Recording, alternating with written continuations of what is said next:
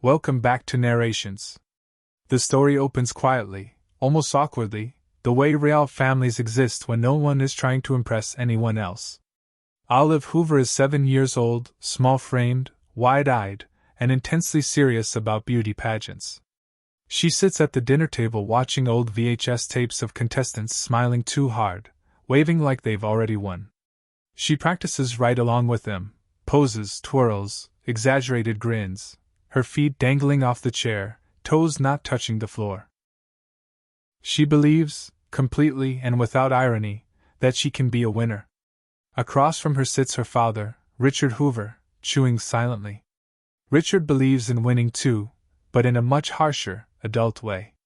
He's a motivational speaker obsessed with his own self-created 9-step refuse to lose program, a philosophy that divides the world cleanly into winners and losers. He talks about it constantly, even when no one asks. Especially when no one asks. At the head of the table is Cheryl, Olive's mother, tired in the way only someone holding everything together can be. She works long hours, manages the house, smooths over emotional landmines, and listens, patiently, to everyone else's problems while quietly ignoring her own exhaustion. Then there's Dwayne, Olive's teenage half-brother. He's taken a vow of silence until he becomes a fighter pilot. He communicates through a yellow notepad, wears a skull-like armor, and treats the world as something he's already disappointed in. He despises Richard's endless lectures and refuses to engage with anyone unless absolutely necessary. Next to him sits Grandpa Edwin, recently kicked out of a retirement home for snorting heroin. He's crude, loud, inappropriate, and strangely the only one who treats Olive like a real person. He trains her for pageants with wildly unsuitable advice, coaching her dance routines with the enthusiasm of someone who genuinely believes in her. And finally, there's Uncle Frank. He's just arrived, carrying more pain than luggage. A Proust scholar who attempted suicide after losing his job, his partner, and his sense of worth all at once. He's staying with the Hoovers because he has nowhere else to go. Frank is polite, withdrawn, and painfully honest in moments when honesty hurts the most. This is the Hoover family, 6 people under one roof, each quietly unraveling in their own way. One afternoon, the phone rings. Cheryl answers, and suddenly everything changes. Olive has been invited to compete in the Little Miss Sunshine beauty pageant in Redondo Beach, California. It's a long shot. She was only a runner-up in a regional qualifier, but another contestant dropped out. This is her chance. Olive freezes, phone pressed to her ear, eyes shining. She's been dreaming of this moment. She looks at her family like they're about to tell her who she is. Richard immediately hesitates. He knows Olive doesn't fit the typical pageant mold. He worries about her losing, about what that might do to her confidence. Losing, in his world, is a disease to be avoided at all costs. But Grandpa Edwin jumps in, loud and supportive. Dwayne scribbles indifferently. Frank offers a gentle smile. And Cheryl, seeing Olive's face, hopeful, terrified, alive, makes the decision for everyone. They're going. The only problem is money. And transportation. The Hoovers pile into their only vehicle. A battered yellow Volkswagen bus that looks like it's survived one too many disappointments. It doesn't start unless everyone pushes it together, running alongside until it coughs to life. From the very beginning, this trip demands cooperation. They hit the road. Inside the van, the tension is immediate. Richard launches into another lecture about winners and losers, using Olive's pageant as an example. Frank quietly challenges him, pointing out that life doesn't work in such clean divisions. Cheryl tries to keep the peace. Dwayne keeps writing, rolling his eyes. Grandpa Edwin cracks jokes that make everyone uncomfortable, except Olive, who laughs the hardest. As the miles pass, cracks deepen. At a rest stop, Frank and Richard talk alone. Frank asks Richard what happens if Olive loses. Richard insists that she won't, as long as she believes in herself the right way. Frank gently pushes back, suggesting that failure doesn't define a person. Richard bristles. His entire identity depends on the opposite being true. The van breaks down, as expected. They coast to the side of the road, stranded under the sun. A mechanic tells them the clutch is failing. They can keep going, but only if they never fully stop the van again. From now on, every halt requires pushing. So they adapt. Each stop becomes a choreographed routine, doors flinging open, feet hitting pavement, bodies straining together. It's messy and undignified and weirdly bonding. That night, they stop at a motel. Olive and Grandpa practice her dance routine in the room. It's not traditional. It's full of exaggerated hip movements, finger guns, and confidence far beyond what the routine deserves. Grandpa cheers her on like she's already won. Later, Olive asks him a simple question. Do you think I'm pretty? Grandpa doesn't hesitate. He tells her she's beautiful, but more importantly, that she's smart, and funny, and fearless. He warns her that the world will try to tell her she's not enough, and that she should never listen. In another room, Frank sits alone, staring at the wall. His despair lingers quietly, the kind that doesn't announce itself anymore. He talks with Cheryl about his suicide attempt, admitting he still feels empty. She doesn't know how to fix him. She just listens. The next day, disaster strikes.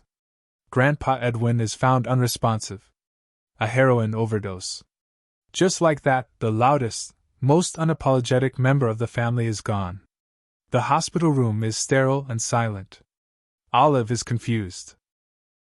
She doesn't understand how someone can be so alive one moment and gone the next. Cheryl is devastated. Frank stares into nothing.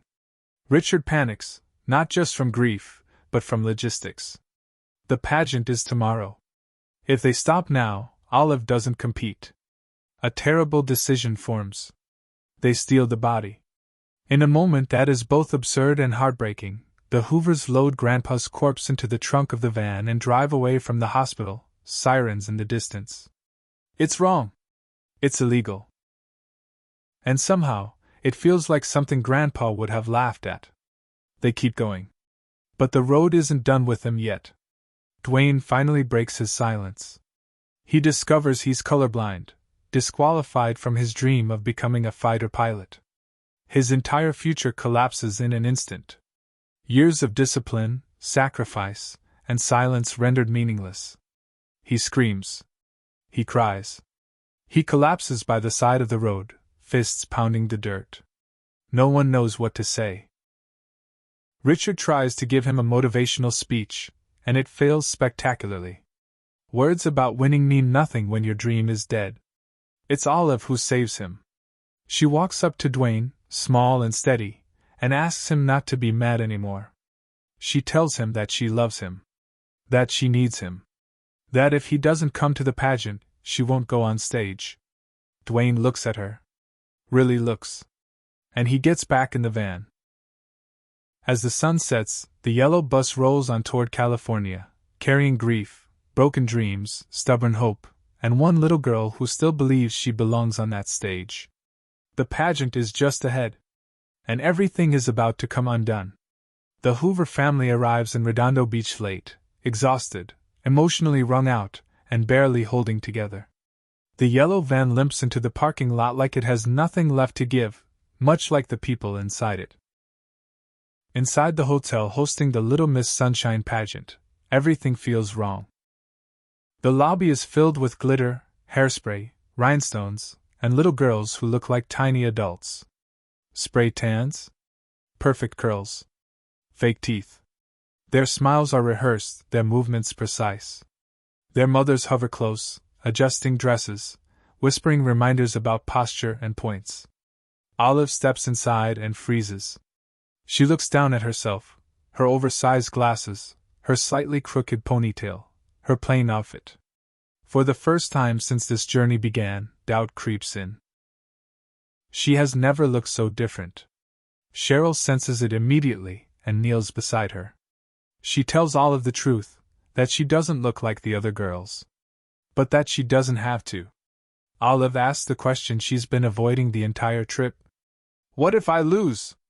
Cheryl doesn't dodge it. She tells her that losing doesn't mean she's not special. That she can still have fun. That she can still be proud. Olive nods slowly, absorbing something much bigger than pageants. Backstage, the family sits together, surrounded by chaos. Richard is uncomfortable, more than ever. This environment exposes everything he's been afraid of. Frank watches quietly, recognizing the artificial perfection for what it is. Dwayne stays close to Olive, protective now in a way he never was before. One by one, the contestants go on stage. Each performance blends into the next, identical smiles, identical music, identical choreography. The audience applauds politely, judging silently. The parents beam, some with pride, some with desperation. Then Olive's name is called. She walks onto the stage, blinking under the bright lights. For a moment, she simply stands there, looking out at the crowd. The judges smile thinly. The audience waits. The music starts. And Olive begins her dance. It is exactly what Grandpa Edwin taught her. Hip thrusts. Finger guns. Over-the-top confidence. Moves that are wildly inappropriate for a children's beauty pageant and completely, undeniably Olive. Gasps ripple through the audience. Parents stiffen. Judges whisper. Someone laughs nervously. Someone else looks horrified. The stage manager panics, signaling for someone, anyone, to stop this. Backstage, Richard's face strains of color. This is his nightmare. This is public failure, humiliation, everything he's spent his life trying to avoid. He starts toward the stage. Then something unexpected happens. Dwayne steps forward first. He climbs onto the stage and joins Olive, copying her ridiculous moves without hesitation. Frank follows, awkward but committed. Cheryl hesitates only a second before joining them. Even Richard, after a long, painful pause, steps up, abandoning dignity, abandoning fear. They dance with her. Not because it's appropriate. Not because it will help her win. But because she's their daughter. Their sister. Their family. The audience is stunned. Some laugh. Some are uncomfortable. But Olive beams. She dances harder, freer, surrounded by the only people who truly see her. Eventually, officials pull them off the stage. They are disqualified. Escorted out? The family leaves the pageant together, holding hands, Olive skipping between them, completely unfazed. Outside, in the parking lot, something strange happens. They laugh. Real laughter. The kind that comes after everything breaks and you realize you survived anyway. Later, as they load back into the van, Grandpa's body still in the trunk, waiting to be returned home, Olive asks if she did okay. Richard finally lets go of his obsession. He tells her she did great. That he's proud of her. Not because she won. Not because she fit in. But because she was brave. Frank watches this quietly, something healing inside him. He's seen failure, humiliation, and despair, and yet here's proof that love can exist even when everything goes wrong. The yellow Volkswagen van sputters to life once more. They push together, run together, climb inside together. And they drive off. Not as winners, not as losers, but as something far more rare. A family that learned how to show up for each other. Little Miss Sunshine ends not with trophies or redemption arcs, but with acceptance. It tells us that life doesn't divide neatly into success and failure. That dreams change. That people break. And that sometimes, the bravest thing you can do is dance anyway, even when everyone's watching, even when you're sure you don't belong. If you enjoyed listening to this story, thank you for spending this time with me. And if it made you smile, or ache, or feel seen in some small way, then it did exactly what it was meant to do. Until next time, this is Narrations.